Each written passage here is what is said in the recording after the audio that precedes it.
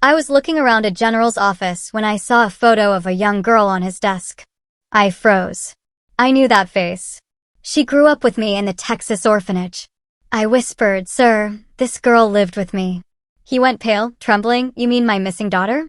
What if the biggest secret of your life, a ghost you thought was buried forever, suddenly smiled back at you from a photograph on a general's desk?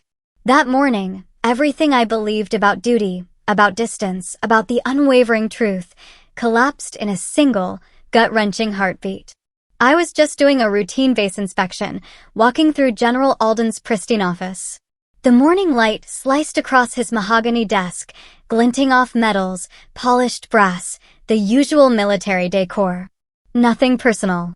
I was halfway through my checklist, my mind on efficiency, when my eyes landed on a photograph. A little girl, maybe 6 years old. Brown curls, blue eyes so bright they looked familiar. And then, the world went utterly silent. I froze. I knew that face. The inspection folder slipped from my hand, scattering papers across the carpet. My throat tightened, a sudden, suffocating knot. I stepped closer, my heart starting to pound a frantic rhythm against my ribs. The silver frame was engraved with a single word, Emily. The girl was smiling, clutching a small stuffed marine bear. My pulse hammered so hard it drowned out the ticking wall clock. "Something wrong, Major Collins?" The general's voice cut through the air like a command, sharp but cautious. I swallowed hard, turning toward him.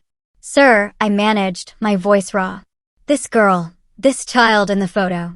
I pointed to the desk, my hand trembling despite years of ironclad training. He stepped forward, curious at first, then tense, his whole body stiffening. "What about her?" She lived with me," I said, the words tumbling out. "In the orphanage.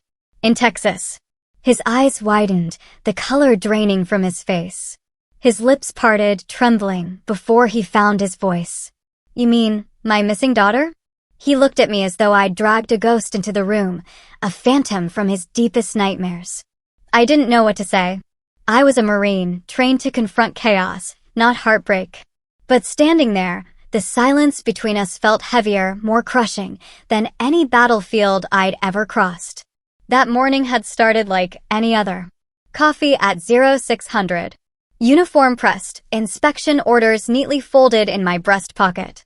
I was assigned to Fort Hood for a 3-month internal audit. Every week, a new department.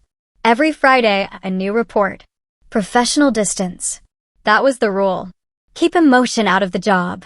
But life, as I was about to learn, never respects rules for long. General Robert Alden was a legend, known across the Corps. A man of perfect posture and precise words. The kind of leader who could command silence just by walking into a room. I'd admired him once, from afar, during my cadet years. Now, I stood in his office, shaking like a raw recruit. He motioned me to sit. "Tell me exactly what you mean, Major." I took a deep breath. "Sir, that girl, Emily, you said?" She was called Lily when I knew her. We grew up together in St. Mary's Orphanage, Waco. She was about my age, maybe a little younger. She came there when we were 6. The general's jaw clenched. How can that be possible? Emily was taken from a park in Dallas 20 years ago. She was 4. I met his gaze, my conviction unwavering. "Then she must have been found, sir." Found and renamed. For a long time, neither of us spoke. The office clock ticked between us, steady, unfeeling. Then, the general walked to the window, his reflection faint against the Texas sunlight.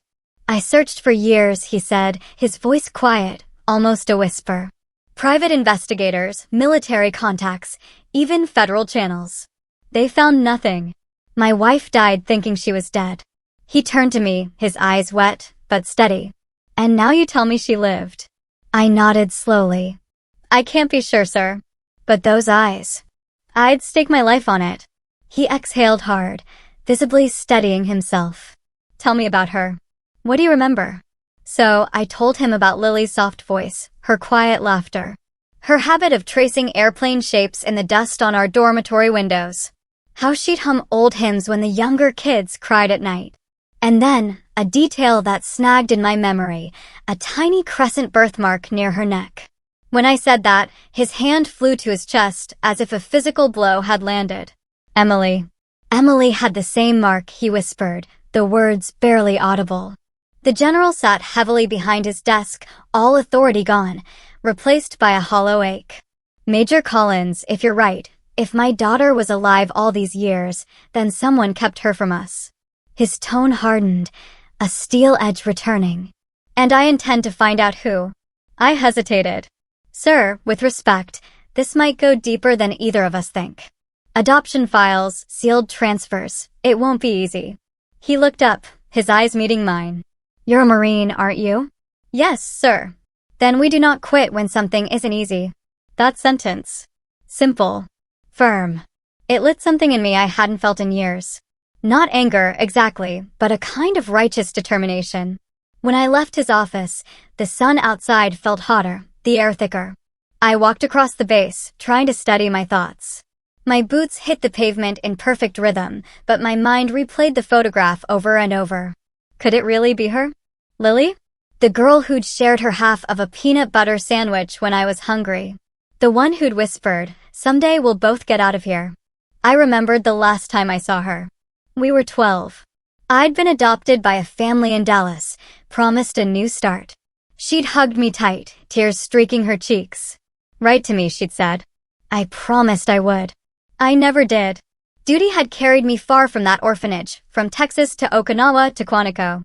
But guilt travels faster than any deployment.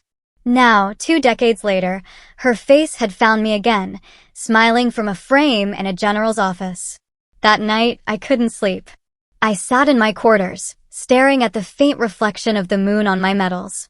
They suddenly felt lighter, or maybe emptier. I'd always believed the Corps taught me everything about loyalty and courage. But now, I understood some battles aren't fought for your country. They're fought for the truth. And sometimes that truth waits in silence for years, like a photograph on a desk, until someone dares to look closely enough to see what's been lost. The next morning, I opened my laptop, typed the name, St. Mary's Orphanage, Waco, and pressed enter. The mission had begun. I arrived at the base before sunrise. The air was heavy with the scent of wet asphalt, and the American flag above headquarters fluttered faintly in the breeze. I'd spent the night replaying every memory of Lily I could summon. The way she'd line up her crayons before coloring, her habit of humming when she was scared. I needed to be sure this wasn't some cruel trick of resemblance or wishful memory. When I walked into the general's office, he was already there, standing by the same window. He looked as if he hadn't slept either.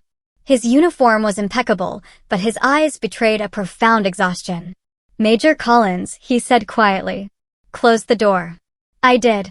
He gestured to a chair. You said you knew my daughter as Lily. Tell me. Everything. From the beginning. I sat down, hands folded in my lap like I was back in front of a commanding officer at a disciplinary board. But this wasn't discipline. This was pain. She came to the orphanage when I was 6, I began. She didn't talk much at first. The sisters said she'd been found near a gas station outside Waco. They didn't know where she came from. She didn't remember her last name. They called her Lily because she had a flower stitched on her jacket. The general stared down at his clasped hands. Emily loved lilies, he whispered. She used to pick them for her mother every Sunday after church. That silence again, the kind that fills a room like fog. She was the kindest kid there, I continued softly. She'd fix other children's toys, share food, stay up late to comfort the ones who cried at night. The staff said she'd been through something traumatic, but she smiled anyway. That's what I remember most. She smiled through everything. The general rubbed his temples. I spent 20 years wondering if she was alive. And you're telling me she was smiling in an orphanage 3 hours away. There was no accusation in his tone, only raw heartbreak. I didn't know, sir, I said, my own throat tight. I swear I didn't know who she really was. He nodded slowly. Of course you didn't. You were a child. Then his eyes lifted to mine, sharp again. Command restored. Do you still have any contact with the orphanage? I haven't been there since I joined the Marines, but I can go back. He exhaled deeply, the kind of exhale that sounds like surrender. Do it discreetly. No press, no channels. If someone hit her, I don't trust the bureaucracy to tell me the truth. I hesitated. Sir, I'll need authorization. I'll take care of the paperwork, he interrupted. You take care of finding out what happened. I gave a short nod. Yes, sir. He walked to his desk, opened a drawer, and pulled out an old envelope. He handed it to me. Inside was a faded photo. Him, his late wife, and a little girl holding a toy airplane. Keep this, he said quietly, in case you need confirmation. I studied the photo. The child's eyes were unmistakable. Blue-gray with that same earnest spark. Lily's eyes. When I left the office, the base seemed quieter than usual, like even the air was listening. The drive to Waco took 3 hours, but it felt like I was crossing 20 years. The road stretched endlessly through fields of rusted fences and half-tilled soil. My reflection stared back at me from the windshield. Uniform crisp, eyes shadowed. Somewhere between Dallas and Waco, I stopped seeing Major Collins in the mirror. I saw Tessa, the orphan girl who once believed family was something you earned through good behavior. When I arrived, the orphanage looked smaller than I remembered. The red bricks were chipped, the sign faded, St. Mary's Home for Children. The gate creaked open as I pushed it. Inside, the hall smelled of floor wax and dust. The same long corridor, the same wooden cross above the entrance. A familiar voice greeted me. Well, I'll be Sarah Collins. It was Sister Agnes, older now, face lined, but eyes still kind. She hugged me tightly. You've grown into such a fine woman. A Marine, no less. Still trying to earn my keep, I said with a small smile. She looked at my uniform. You're not here for inspection, are you? No, sister. This is personal. Her expression shifted. I thought so. You've got that look, like you're about to dig up ghosts. I told her about the general's photograph, about Lily. Her face softened, then saddened. I remember her, she said quietly. Sweet girl. Never caused trouble. Always drawing airplanes and flowers. She cried for her father every night at first. After a year, she stopped. My throat tightened. What happened to her? She was transferred. That's what the paperwork said. Houston Foster Care Program, 2006. A new family, supposedly, but we never got confirmation. Back then, records were unreliable. Do you still have her file? Sister Agnes nodded and disappeared down a hallway. When she returned, she was holding a dusty brown folder. Not much left. We lost most files in the flood 10 years ago. Inside, I found a few photocopies, medical forms, vaccination records, and one faded photo of Lily. On the back, written in the sister's neat hand, transferred by request of State Social Services, case ID 77HC. I snapped a photo with my phone. Sister, I asked carefully, who approved the transfer? Her brows knit. I don't remember the man's name. He wasn't one of ours. Military, maybe. He wore a badge, not a collar. I froze. Military? Yes. Said it was part of an emergency relocation after a hurricane. There was no hurricane in Texas that year, I whispered. Sister Agnes looked startled. Are you sure? I'm sure. For the first time, I felt a cold certainty crawl up my spine. Someone had used military credentials to move Lily and hide her.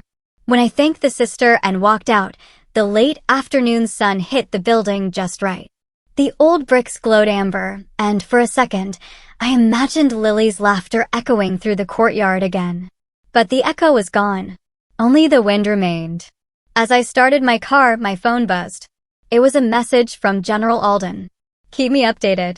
I've reopened my daughter's case file. And Major, be careful who you talk to. Some ghosts wear uniforms. I looked at the orphanage in my rearview mirror and whispered, yes, sir. Because he was right. Some ghosts don't haunt cemeteries. They haunt paperwork. And I was about to wake them up. I drove away from Waco with the folder sitting on the passenger seat like a silent passenger. Every few miles, I glanced at it, brown edges curling, the word confidential stamped in red ink across the top. I'd handled classified intelligence in combat zones, decrypted orders during blackouts, even read casualty lists that could break the hardest heart. But nothing felt heavier than that thin file. The highway stretched wide and endless under the Texas sun. Flat fields blurred into the horizon. And with every passing mile, I felt like I was driving deeper into my own past. When I joined the Marines, I promised myself I'd never look back. I buried St. Mary's. Buried Tessa. Buried every lonely night in that dormitory with its peeling paint and creaking beds. Duty gave me a new name, a new spine, a new life. But life has a way of dragging your history back into the light when you least expect it. By the time I reached my quarters at Fort Hood, it was nearly dusk. I didn't turn on the light. I just sat at my desk, opened my laptop, and began typing in what little information I had, case ID 77HC. Houston Foster Care Program, 2006. Nothing. No digital record, no archived file. It was as if Lily, or Emily, had vanished twice. I sent a message through a secure military channel to an old contact, Captain Elena Brooks, now working in the JAG office at the Pentagon.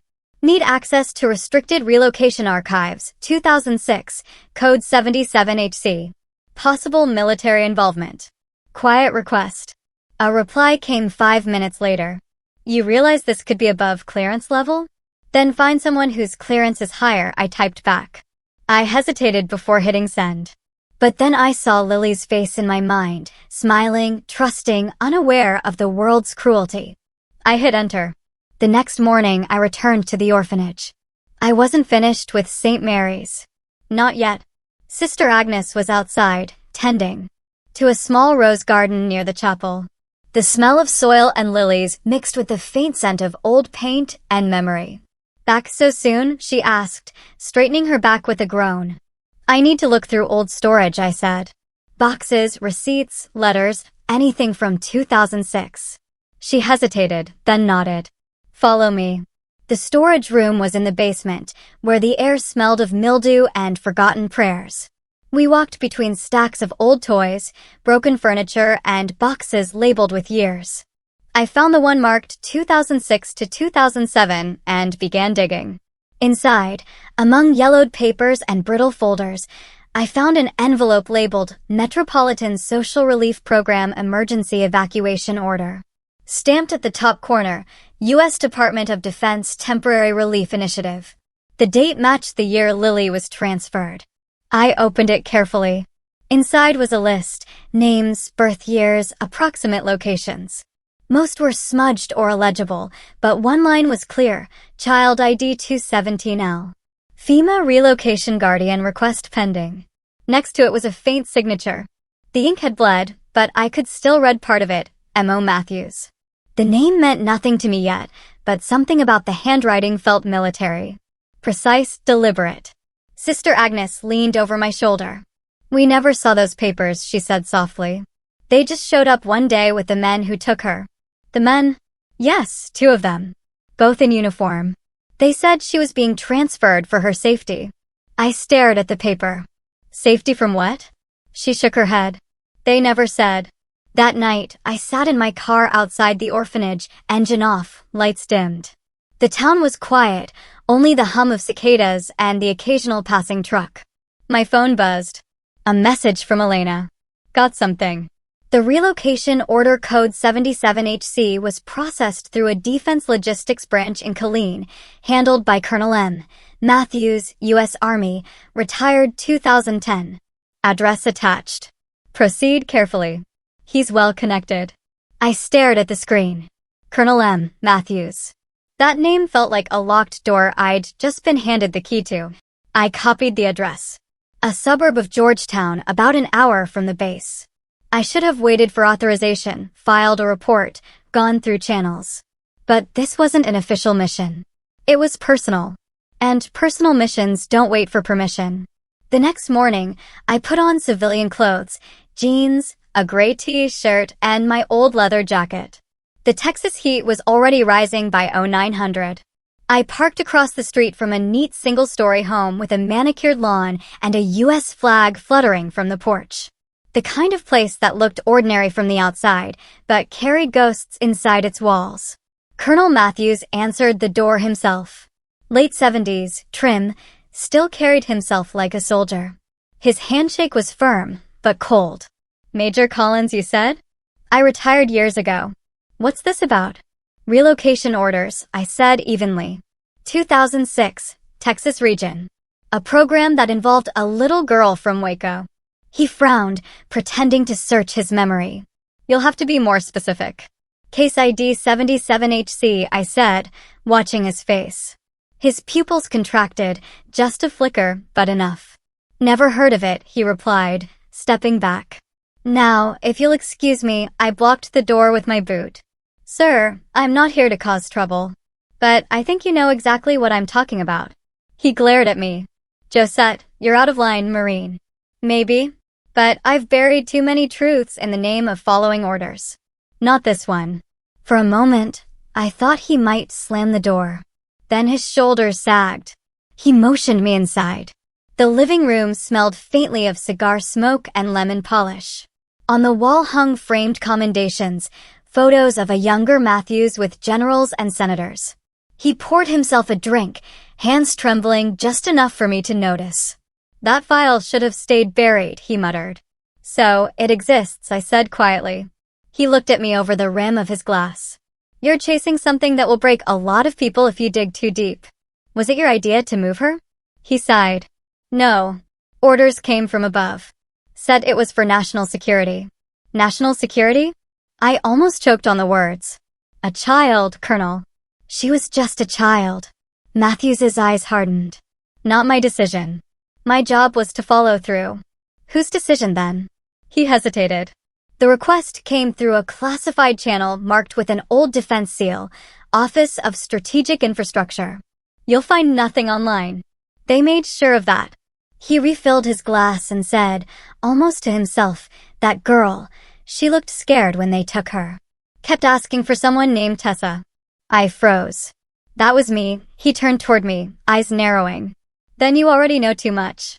Before I could respond, he took a long drink, set the glass down, and whispered, be careful who you serve, Major. Some commands come from men who've forgotten what honor means. I left his house with my pulse hammering. The sun outside burned my skin, but inside I was ice cold. I had my first lead and my first enemy. By the time I got back to the base, the Texas sky had turned the color of gunmetal. The air was thick, restless, carrying the smell of rain. I parked near the hangars, sat in my car for a moment, and let the engine tick down to silence. My mind was louder than the thunder forming over the horizon. Colonel Matthews's words kept echoing. Some commands come from men who've forgotten what honor means. That was a warning, and I knew it. In the Marines, warnings like that don't come from fear. They come from guilt. I opened my laptop and began cross-referencing everything: his service years, the FEMA relocation program, Defense Logistics Division. Buried deep in an old database, I found a memo tagged Confidential, Infrastructure Recovery Operations, July 2006. The signature line read, M. Matthews, DLD. Underneath, 3 initials caught my eye, HV. I didn't need to guess who that was. My father had spoken the name before he died, Harold Vance, now a powerful Undersecretary of Defense, once a major stationed right here in Texas. He and Alden had served together early in their careers, but their paths split sharply. Alden took the moral route. Vance took the political one. If Matthews had been taking orders from Vance, this went far beyond a misplaced orphan file. I picked up the phone and called General Alden. Sir, it's Collins. You found something. His tone was steady, but tight, like a wire pulled too hard. Yes, sir. A Colonel Matthews handled a 2006 relocation order. He claims it came from an upper channel, something called Strategic Infrastructure. Silence. Then, Harold Vance. A long pause. I suspected, sir. He's still in Washington. You think he'd risk exposure now? Men like Vance don't see risk, Alden said grimly. They see leverage. He exhaled slowly. Listen, Major. This stops being an inspection now. This is intelligence. You tread carefully. I'll reopen my daughter's case quietly, through personal channels. Yes, sir. After the call ended, I stared at the phone in my hand. Intelligence. That word changed everything. Because in my world, intelligence meant shadows, power, and the kind of secrets that swallowed people whole. The storm broke just after midnight. Rain hit the barracks roof like gravel. I couldn't sleep, so I opened the old folder again. There, beneath the paperwork from St. Mary's, was something I hadn't noticed before, an envelope wedged between the pages, unmarked. Inside was a single sheet of yellowed letterhead, Department of Defense Emergency Operations Division. It was a memo addressed to Colonel Matthews. Subject: Reassignment of Minor ID 217L. Directive: Proceed under civilian cover. No further record to be maintained. Authorization code: Hexops. No name, no signature, just those initials again. I felt the hair rise on my neck. Whoever HV was, he had the power to make a child vanish without a trace and the arrogance to sign it like a stamp of ownership. I scanned the document and encrypted it on a flash drive. Then I did something reckless. I called Captain Elena Brooks again. "Elena, I need a favor." "You already got one," she said dryly. "What is this really about, Sarah?" "A child. A missing girl. A cover-up tied to a defense project from 2006. There was a pause. "You're talking about a ghost program. Then tell me how to find a ghost." "Carefully," she said, and quietly. "I'll run your memo through an old clearance pathway. But if you're right about Vance, you could be putting a target on your back. I've had worse." After the call, I sat there listening to the rain. I should have felt fear, but instead I felt calm. Focused. The same stillness I used to feel before stepping into a combat zone. Only this time, the enemy wasn't across a desert. He was behind a desk. The next morning, I met General Alden again. He looked different, tired, but steadier. There was something in his eyes that hadn't been there before: resolve. I handed him the flash drive. "Sir, this is the memo that links Matthews to Vance."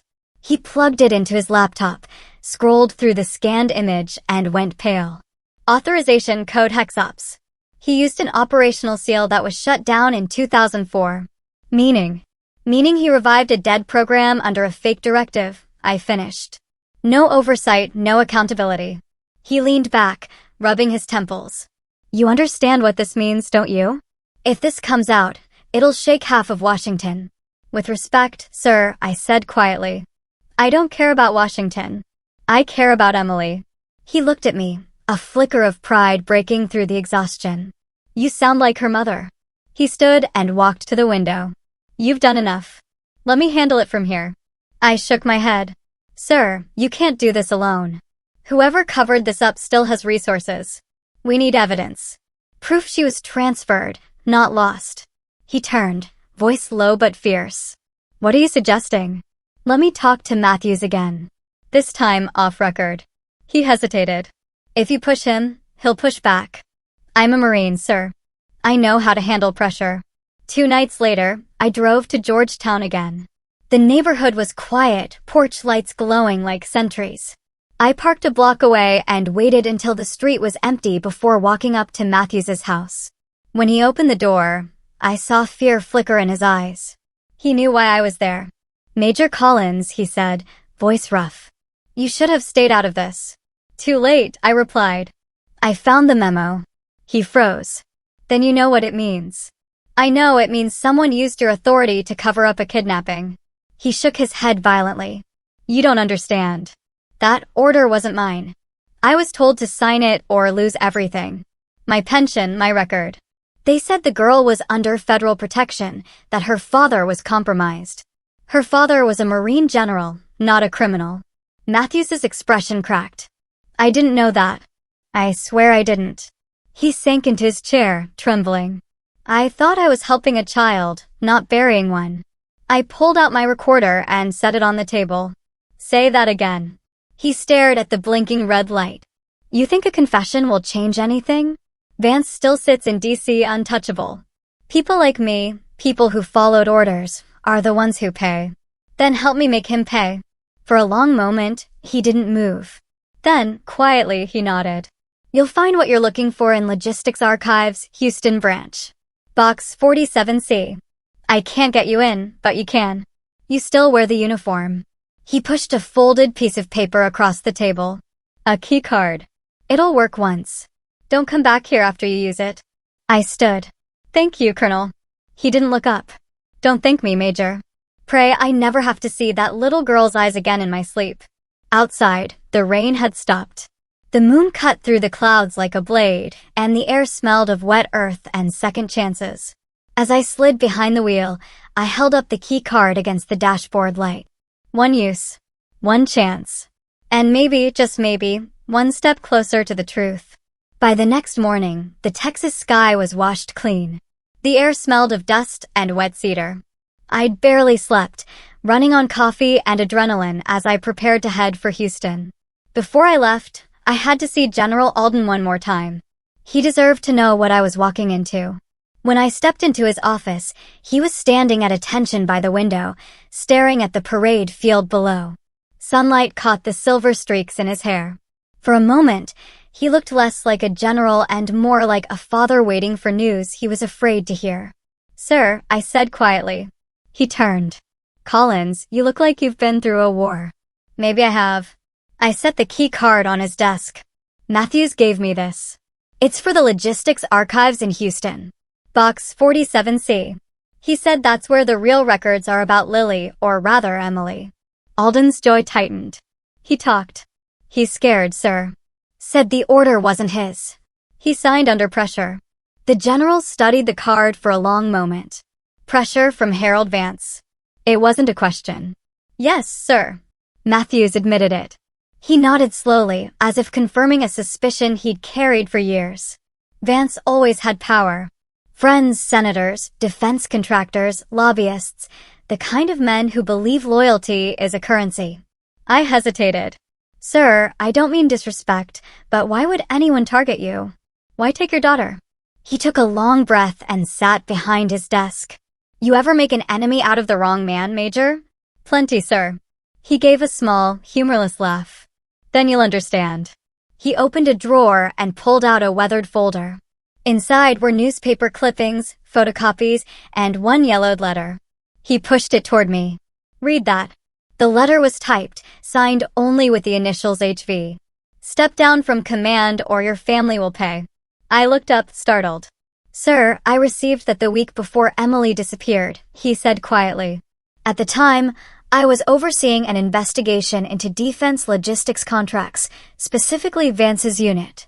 I found proof of procurement fraud, millions in unaccounted funds. I planned to take it to the Inspector General.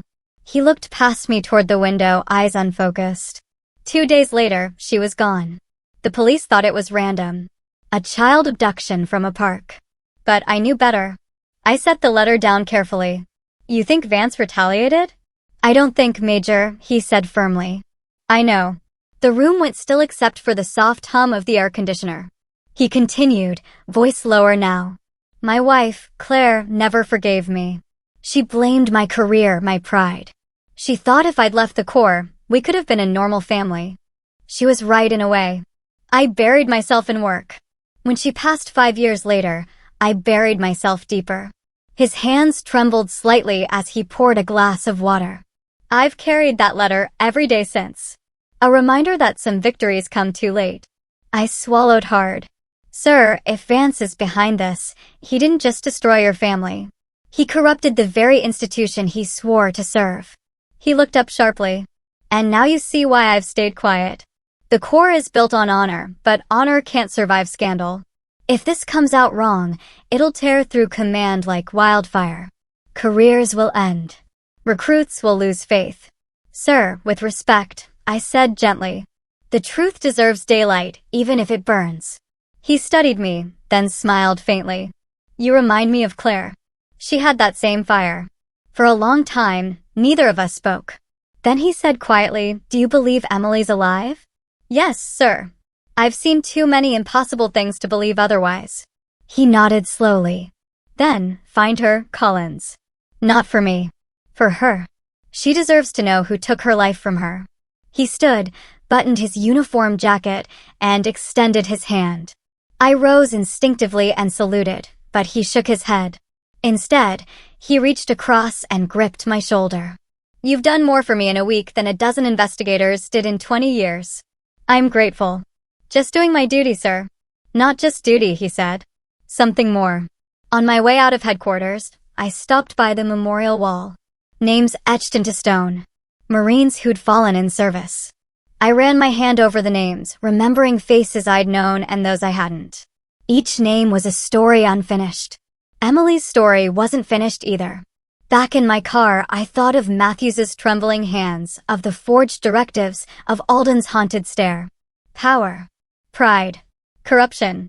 It all seemed so far from the values we swore to defend. But then again, isn't that how betrayal always starts? Slowly. From inside the house. That evening, I drove to the old base chapel. The door creaked as I stepped inside.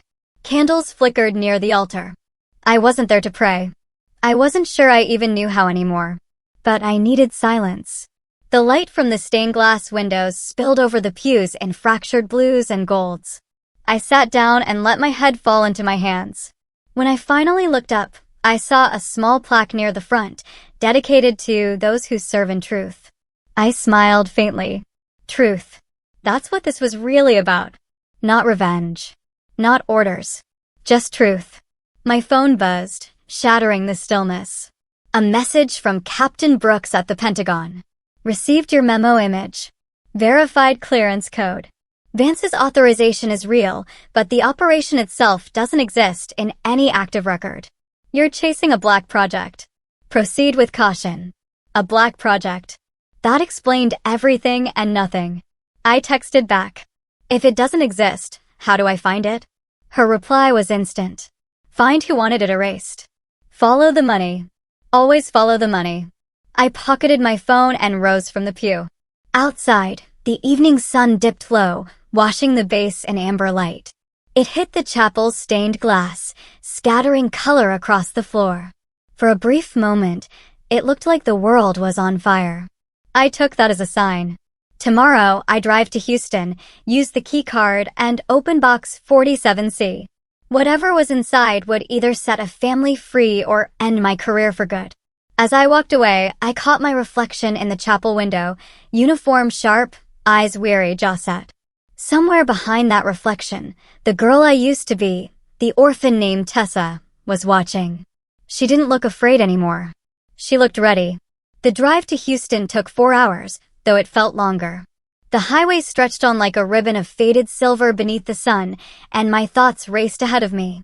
The key card Matthews had given me lay on the seat beside me, its chipped plastic catching the light every few minutes, like it was winking, daring me to use it. When I crossed into the city limits, the skyline rose out of the heat haze, all glass and ambition. Somewhere below those towers, in a basement or a warehouse, the truth waited, sealed inside a box marked 47C. The address Matthews had scribbled led me to a nondescript industrial building on the south side, surrounded by a chain-link fence. A faded sign read, Federal Logistics Storage Facility. No guards, no cameras, just a keypad entry and a sense that this place hadn't seen daylight in years. I swiped the keycard. The green light blinked. The lock clicked open. Inside, the air was stale, heavy with the scent of cardboard and metal dust. Rows of shelves stretched into shadow, each one stacked with identical gray boxes marked with code numbers. My footsteps echoed softly, the only sound in that cavernous space. Box 47C. I walked past 43, 44, 45. When I reached 47, I saw the dusty shelf near the bottom. My hands shook as I pulled the box free. It was heavier than I expected. I set it on a table, peeled off the seal, and opened it. Inside were folders, hundreds of them, files labeled with initials, dates, and locations. Disaster relief, refugee transfers, special custody cases. But one file was different. Thinner, newer, marked with a single red line across the top, ID 217L. FEMA relocation. I opened it carefully. The first page was a birth record, female, approximate age 6, no last name. Found outside Waco, Texas. Transferred to St. Mary's Orphanage. Subject exhibits signs of memory loss, possible trauma. At the bottom, under remarks, authorized relocation to Houston foster system under directive HEXOPS. I flipped through the rest. A single photograph fell out. A little girl with curly brown hair and pale blue eyes, clutching a toy bear. I knew that face. Lily. Emily. The next document was stranger, a psychological assessment stamped, classified. It described the child as adaptable, high-functioning, with stable temperament, as if she were part of a study, not a missing person.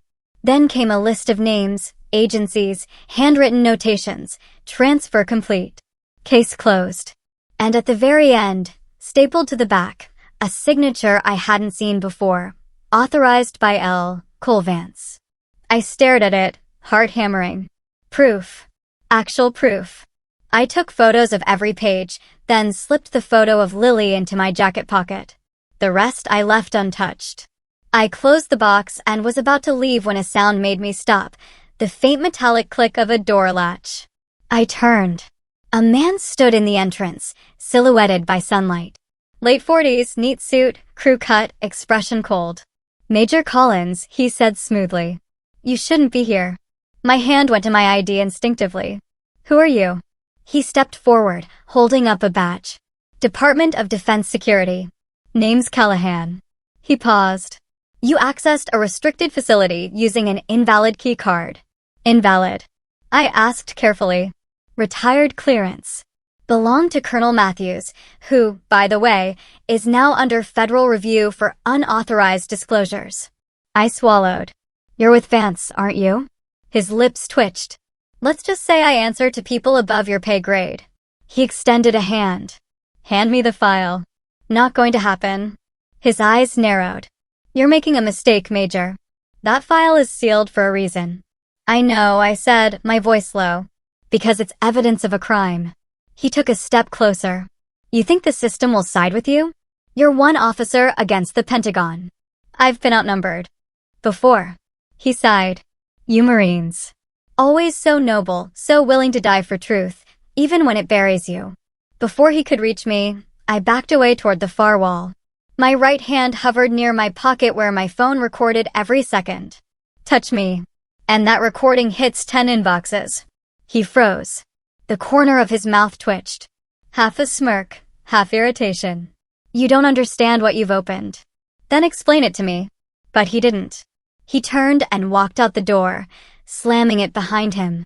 I stood there in the silence, my pulse loud in my ears.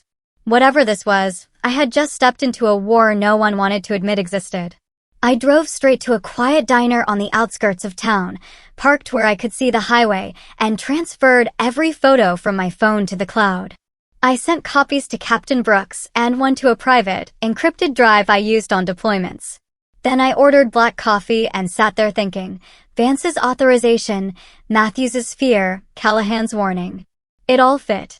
A pipeline of secret relocations under the guise of national security. But Emily wasn't a spy or a witness. She was a child. My phone buzzed again. It was a number I didn't recognize. Collins, I answered.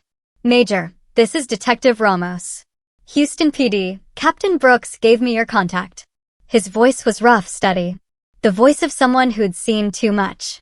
She says you might need a pair of eyes down here. I do, I said. How do you feel about digging up old ghosts? He chuckled. I work homicide. That's half my job. I gave him a brief summary. The missing girl, the file, the federal interference. He didn't flinch. I can pull the orphanage closure reports from that year, he said. Maybe we'll find a name that slipped through the cracks. Thank you, Detective. One thing, Major, he added. If you're right about this, and this Vance character really had that kind of reach, don't go anywhere alone. I glanced at my rearview mirror, half expecting to see Callahan's car behind me. Nothing but trucks and sunlight. I'll be fine, I said. Every soldier says that, Ramos replied. And every ghost does too. That night, I checked into a cheap motel outside Katy. I didn't trust base lodging. Not after the break-in at the facility. The sheets smelled like detergent and dust. The AC rattled. But it was anonymous. I set the photo of Lily on the nightstand and stared at it for a long time. The smile. The curls. The innocence. What kind of man takes that away?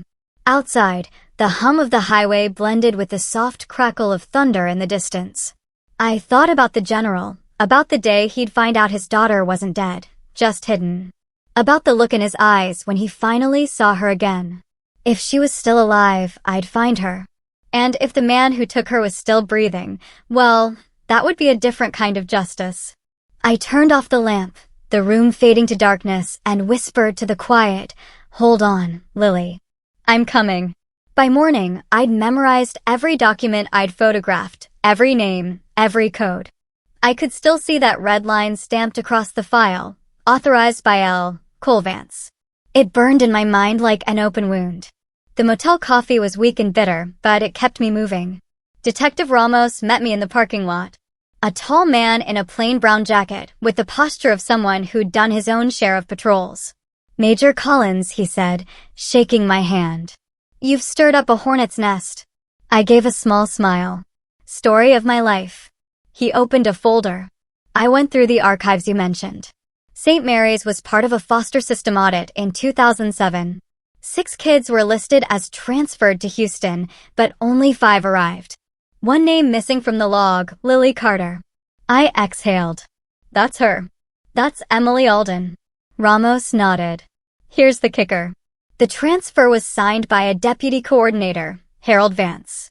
It was an internal document, never meant for public record. So, he used his military credentials to move a child off the grid." Ramos looked grim. "And then erased her." We drove to Matthews's house that afternoon. The front blinds were drawn tight. No movement. I knocked twice. No answer. The third time, the door creaked open a few inches. "Colonel Matthews." I called out. Silence. Ramos drew his weapon, motioning for me to stand back. We entered cautiously. The house smelled like stale bourbon and old smoke. A lamp was knocked over, a picture frame shattered on the floor. Matthews was slumped in his chair, head tilted, a bottle still in his hand. Empty pill container on the table. I knelt beside him. No pulse. Ramos swore softly. "Suicide."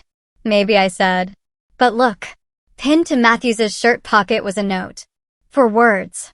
Shaky handwriting. "I tried to warn you." At the precinct, Ramos's contacts processed the scene. The official story would say overdose. But both of us knew better. Someone had gotten to him first. I left Houston that night, my hands gripping the wheel hard enough to hurt. Matthews's death changed everything. Now it wasn't just about a missing girl. It was about silencing anyone who got too close. When I got back to Fort Hood, I went straight to the general's quarters. The guard at the gate let me through without question. He was sitting in his study when I entered, still in uniform, tie loosened, the same haunted look in his eyes. "Matthews is dead," I said quietly. He froze, the glass of whiskey halfway to his lips. "How?" "Pills. But I think it was staged." He left a note. Alden set the glass down with trembling hands. "Vance," he whispered. "Sir, he knows we're close. I think he sent someone after the files. You're not safe here." He gave a faint, weary smile. "Major, I stopped being safe 20 years ago." I took the photo of Lily/Emily from my jacket and laid it on his desk. "I found this in the Houston archive. There's proof of the relocation, Vance's signature." He stared at it for a long time. Then his hand went to his face, covering his eyes. I heard a sound I hadn't heard from him before, of a low, broken sob. When he finally looked up, tears streaked his weathered face. "My God. She's alive." "We can't be sure yet," I said softly. "But the trail's warm." He nodded slowly, pulling himself back together. "Then we follow it." "Where does it lead?" "Vance," I said simply. "All the way to D.C." 2 days later, we landed at Andrews Air Force Base under the guise of a logistics audit. The general had enough clearance to keep us off the radar. But secrecy in Washington is like fog. It looks solid until you touch it. Captain Brooks met us outside the Pentagon. "You two are insane," she said, pushing her sunglasses up. "You realize what happens if you accuse an undersecretary without hard proof?" "I've got proof," I said. "A signed authorization of death and 20 years of silence." She sighed. "Then I hope you've got more than that, because Vance has friends who can erase you before breakfast."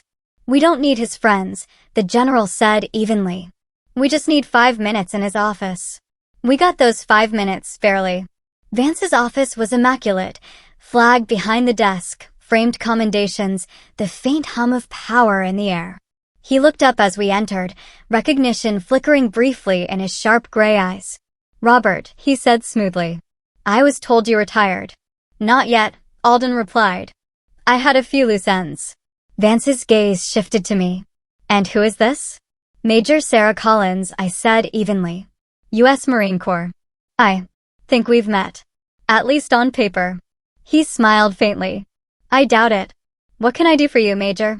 I slid the photo of Lily across his desk. You can start by explaining this.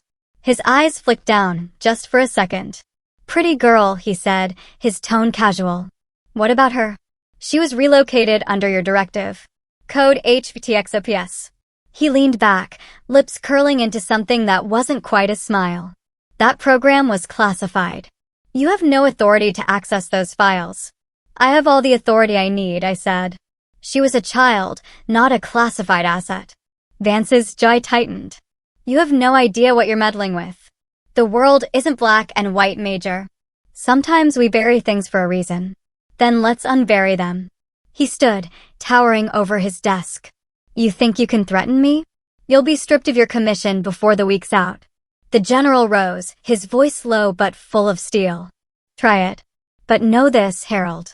If my daughter's name is anywhere in your files, I'll drag you before Congress myself. For the first time, the mask slipped. A flash of fear, or was it guilt, crossed Vance's face. You can't prove anything. Alden smiled faintly. That's the thing about men who hide behind secrets. Eventually, someone like her, he nodded toward me, shines a light. Vance's voice dropped to a hiss. You don't know what you're starting.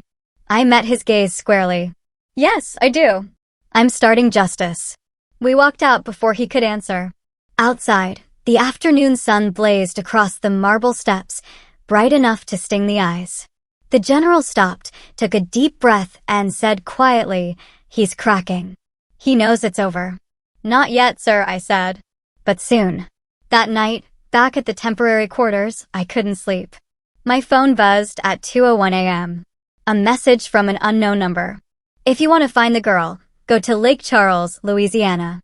Ask for Lily Carter. Don't tell Alden. Don't tell anyone.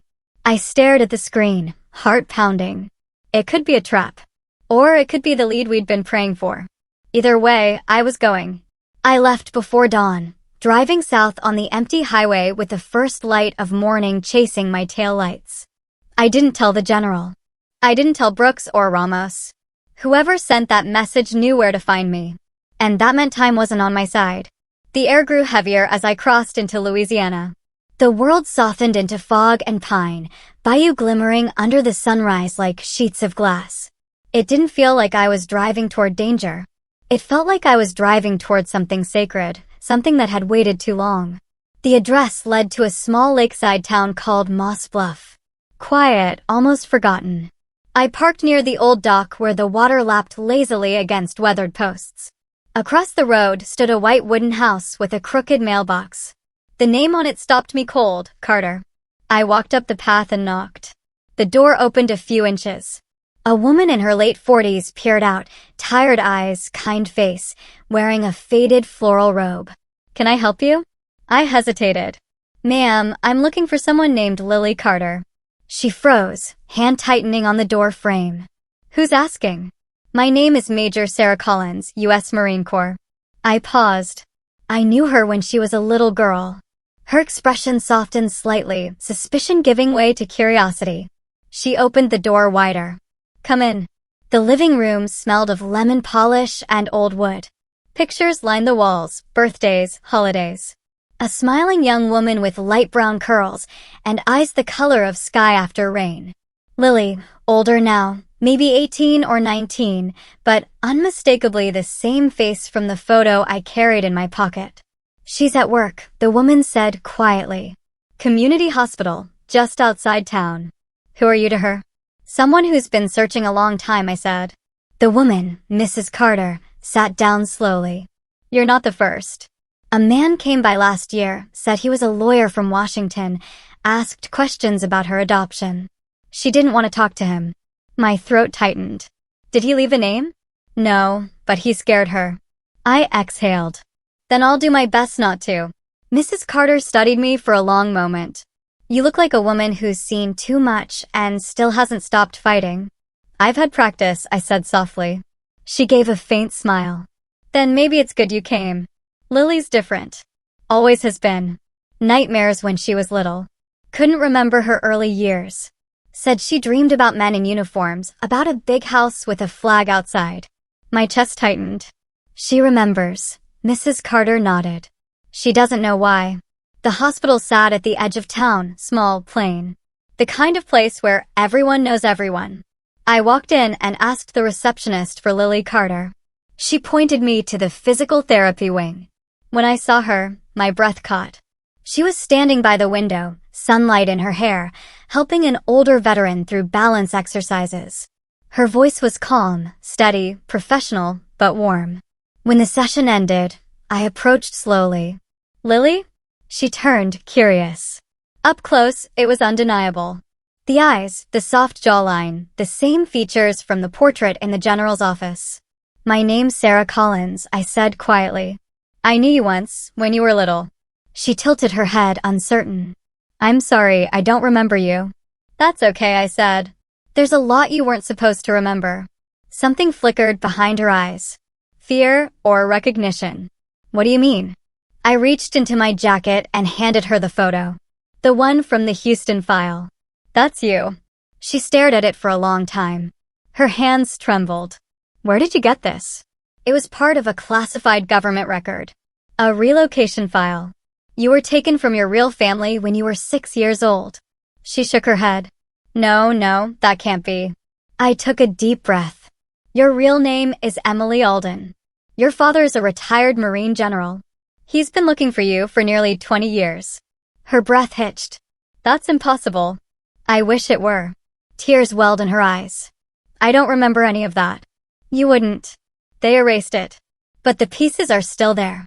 The nightmares, the flag, the uniforms. She pressed a hand to her mouth, eyes unfocused. Sometimes I see a man's face in my dreams. Silver hair, blue eyes. He's always calling me Emmy. I thought I made it up. I swallowed hard. You didn't. We sat on a bench outside, overlooking the lake. The air was still, the water perfectly smooth. She stared at the horizon, voice trembling. Why would anyone do that to a child? Power, I said simply. Your father uncovered something that threatened the wrong people. They couldn't touch him, so they took what he loved most. She turned to me, eyes shining. And you? How did you find me? I smiled faintly. By refusing to stop. She gave a watery laugh. You sound like a Marine. I am. Then you know what it's like, she whispered. To lose people and keep going anyway. Yes, I said softly. But you didn't just survive, Emily. You built a life. You helped people heal. That strength, they can't take away. She nodded slowly, tears running freely now. I want to see him, she said. My father. I pulled out my phone. He'll be on the next flight. When General Alden arrived that evening, I waited. Near the lake while Lily stood on the dock, her hands clasped tightly. He walked toward her, stiff at first, a soldier facing his own ghost. Emily, his voice cracked on the name. She turned. For a heartbeat, they just stared. Years of pain, hope, and disbelief colliding in silence. Then she ran to him. He caught her, held her like he was afraid she'd vanish again. His shoulders shook, his metals glinting in the dying light. I looked everywhere, he whispered. Everywhere. I know, she sobbed. I think I always knew. I turned away, giving them privacy. The sun slipped behind the trees, turning the water to gold. Sometimes justice doesn't roar. Sometimes it whispers like the wind across a lake, reminding you that peace doesn't come from victory. It comes from truth. Later, as we stood by the car, Alden placed a hand on my shoulder. Major, I have no words. You don't need them, sir. He nodded, eyes wet. Vance, still in Washington. But I have everything we need now. Files. Recordings. Testimony. The truth's coming out. He smiled faintly. Then let me handle the politics. You've done enough. Sir, I said quietly. I don't think any of us are done. Not yet. The wind off the lake carried the faint laughter of father and daughter behind us. For the first time in years, it sounded like healing. The following weeks unfolded like a strange dream, part triumph, part reckoning. The headlines hit first: Under Secretary Harold Vance resigns amid federal probe. Then came the leaks, the internal memos, the classified transfers, the testimonies. I watched the news one night from the small living room of my on-base quarters, coffee growing cold in my hands, as an anchor said the words I'd waited 2 decades for someone to say: Vance is accused of authorizing the abduction and relocation of a minor, the daughter of then Major General Robert Alden, in retaliation for an internal corruption investigation. For the first time, the nation heard what had been whispered in shadows. For the first time, Emily's name, her real name, was spoken out loud, not as a missing child, but as a survivor. When I visited the Aldens' home a week later, the house felt lighter. There were photos on the mantel again, new ones. Emily and her father at the lake, smiling with the tentative joy of people relearning each other's faces. The general opened the door himself. His posture was straighter, his eyes softer. "Major Collins," he said, voice full of warmth. "Come in. There's someone waiting for you." Emily was sitting in the sunroom, sketching. When she saw me, she stood quickly, setting the notebook aside. "You really came." "I promised," I said. She laughed. A sound that hadn't existed the first time I met her by that lake. "You know, every night since I've tried to remember more, and sometimes I do. Pieces." The smell of the bass, the sound of engines, my mother's voice. It's like the world is giving them back to me, one by one. "That's how healing works," I said quietly. "Memory doesn't return all at once. It rebuilds itself, like muscle after a wound." She nodded, wiping at her eyes. "I still can't believe anyone would go to all that trouble to hide me." I looked toward the general. Power has always feared innocence, but it underestimated Marines. He chuckled at that. "It usually does." A month later, I was called to D.C. to testify before a Senate committee. The hearing room was crowded with press and officials pretending not to be nervous.